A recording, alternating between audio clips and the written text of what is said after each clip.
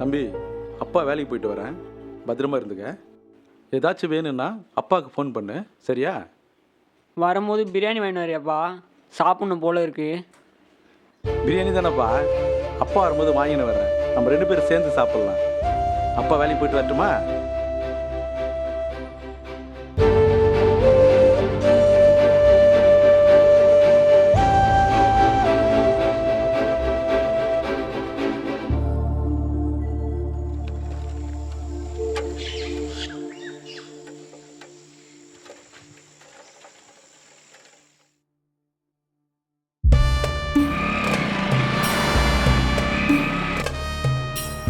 தம்பி வர வருது, என்ன பண்ணுறதுன்னு தெரியலையே.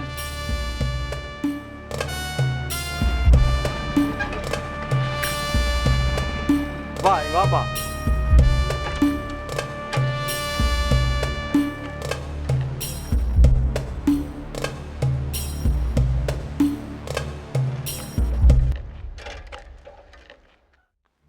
கை நீட்டி காசு வாங்க தெரியுதுல்ல, திருப்பி கொடுக்கணும்னு தோணலையா உனக்கு? இல்லை தம்பி, பையனுக்கு உடம்பு சரியில்லை, மருந்து வாங்கிறதுக்கு கையில் இருக்கிற காசெல்லாம் செலவாயிடுச்சு. அடுத்த மாதம் கண்டிப்பாக திருப்பி கொடுத்துட்றேன்பா.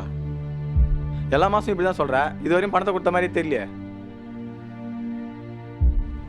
நான் உன் சொன்னால் கோச்சிக்க மாட்டேன்ல, உன் பையனை வச்சு நான் கஷ்டப்படுறேன். ஏதாச்சும் ஆசிரமத்தில் சேர்த்துடலாம்ல, அவங்களாச்சும் நல்லா பார்த்துப்பாங்க. உனக்கும் ஒரு பாரம் கொஞ்சம் மாதிரி இருக்குல்ல. இதே தான்பா அவங்க அம்மாவும் சொன்னான், ஏதாவது ஒரு அனாதை ஆசிரமத்தில் சேர்த்துட சொல்லி. அதில் எனக்கு துளி கூட இஷ்டமே இல்லை. அவளும் மனசை மாறுற மாதிரின்னு தெரில. திடீர்னு வந்து நான் வேணுமா குழந்தை வேணுமான்னு கேட்டா, நான் எதுவுமே பேசலை. என் குழந்தைய தூக்கி நான் தனியாக போயிட்டேன். அன்னையிலேருந்து நான் தான் அவனுக்கு எல்லாமே. அவனால் சின்ன வயசுலேருந்தே நடக்க முடியாது. பாத்ரூமுக்கெலாம் நான் இப்படி தான் தூக்கின்னு போவேன். ஆனால் அதை நான் ஒரு நாள் கஷ்டமாக நினச்சதே இல்லை. ஏன்னா இன்னும் அவன் எனக்கு குழந்தை தான். எனக்கு ஒரே ஒரு ஆசை தான் தம்பி, நான் உயிரோடு இருக்கிற வரைக்கும் என் பிள்ளைய நான் ராஜா மாதிரி பார்த்துக்கிட்டா போதும்.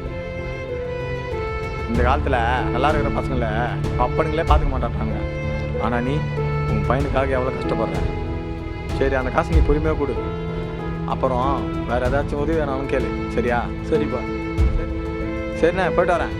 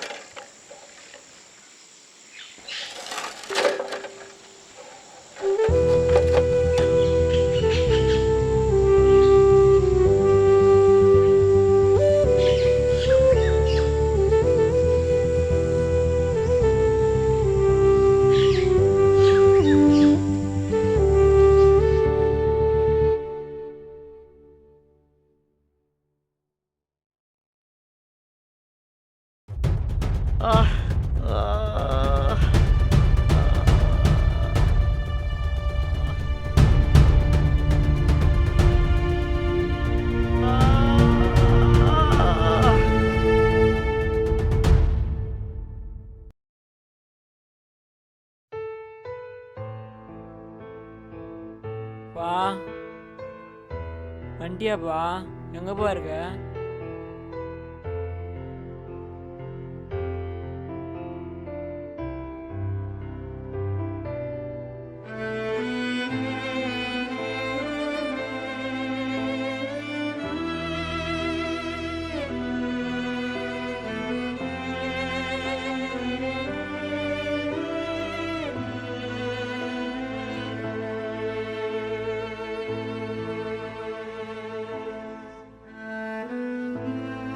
பா பா பிரவீன் வந்துக்கிறப்பா.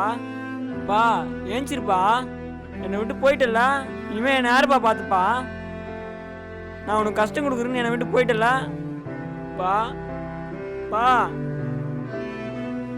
பா பா ஏஞ்சிருப்பா.